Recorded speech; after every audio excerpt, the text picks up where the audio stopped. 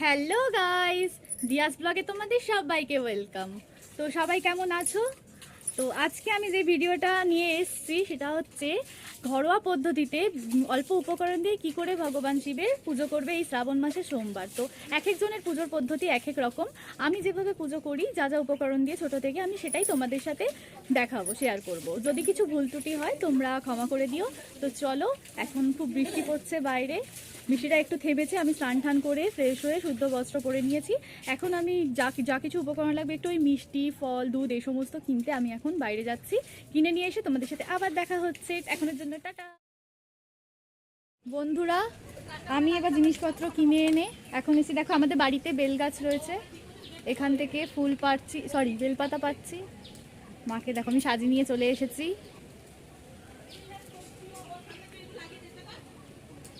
দেখো আমাদের বাড়িতে কিন্তু বেশ অনেক গাছই রয়েছে। মা আমাকে বেলপাতা ছিঁড়ে দিচ্ছে, দোকানে ফুলের সাথে দিয়েছে, কিন্তু দোকানের পাতাগুলো একটু ছেঁড়া ছেঁড়া থাকে, তো তার থেকে এই গাছের সুন্দর টাটকা পাতা দিয়ে পুজো দিতে যেন বেশি ভালো লাগে, তাই আমি ছিঁড়ে নিচ্ছি গাছ থেকে।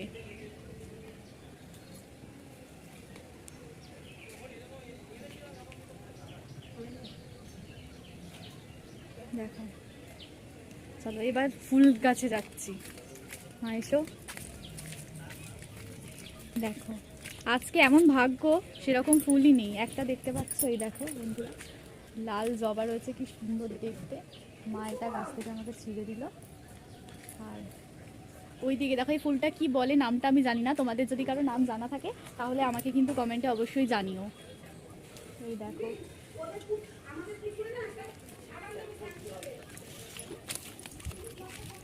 ফুল ছিঁড়ে নিয়েছি। এবার চলো শিব ঠাকুরের ফেভারিট সাদা ফুল ছিঁড়তে যাচ্ছি। দেখো কি জোরে লেগে গেল হাঁটতে হাঁটতে। এই দেখো আমাদের একটা পুচকে গাছ রয়েছে, এই গাছে কি সুন্দর টগর ফুল রয়েছে।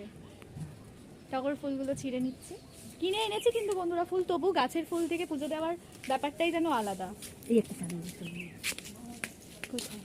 এই দেখো আরেকটা ফুল হয়েছে, এটা হচ্ছে বড় টগর বলে, বড় টগর। তো ব্যাস, আজকে আর কোনো ফুল নেই, আপাতত এইটুকুনি ফুলই পেয়েছি। গাছের ফুল যেটুকুনি পাই সেটাই ভালো। চলো এবার পুজো করতে যাচ্ছি। বন্ধুরা, পবিত্র শ্রাবণ মাসের সোমবার ঘরোয়া পদ্ধতিতে কিভাবে মহাদেবের পুজো করবে দেখে নাও। বন্ধুরা, যখনই মহাদেবের পূজা করবে অবশ্যই স্নান করে শুদ্ধ বস্ত্র পরিধান করে পুজোয় বসবে। চেষ্টা করবে সাদা বস্ত্র পরে পুজো করতে যদি সম্ভব হয়। আমি প্রথমেই গঙ্গার জল দিয়ে হাতটা ধুয়ে নিলাম। এরপর ওম বিষ্ণু, ওম বিষ্ণু, ওম বিষ্ণু 3 বার এই মন্ত্র উচ্চারণ করে আমার পূজা শুরু করলাম। কথায় আছে, বিশ্বাসে মিলায় বস্তু, তর্কে বহু দূর। সবাই সবার নিজস্ব বিশ্বাসে বাবার আরাধনা করে। আমি যেভাবে পুজো করি সেটাই আজকে তোমাদের সাথে দেখাবো ভিডিওটাতে। যদি কোনো ভুল ত্রুটি হয় ক্ষমা করে দিও। আমি প্রদীপ ধূপকাঠি ধরিয়ে নিলাম। এরপর মহাদেবকে আমি অভিষেক করিয়ে নেব। বন্ধুরা, আমি তোমাদের ভিডিওটা দেখাবো বলে শিবলিঙ্গটাকে একটা টুলের মধ্যে আলাদা করে বসিয়ে নিয়েছি। তোমরা সিংহাসনের ভিতরে রেখেও পুজো করতে পারো, কোনো অসুবিধা নেই। প্রথমে আমি মহাদেবকে ঘি, মধু, চন্দন মাখিয়ে নিলাম।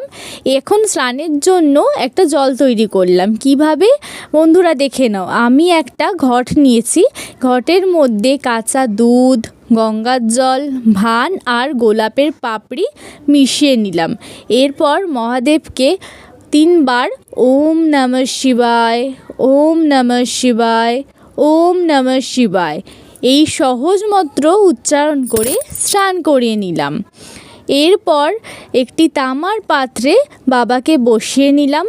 এরপর চন্দন পরিয়ে দিলাম, তারপর পৈতে পরিয়ে দিলাম। বন্ধুরা, তোমরা চাইলে শ্রাবণের বাকি সোমবারগুলো এই পৈতেটাই গঙ্গার জলে ধুয়ে শুদ্ধ করে নিয়ে ব্যবহার করতে পারো। প্রত্যেকবার যে নতুন পৈতে কিনতে হবে এরকম কিন্তু কোনো মানে নেই।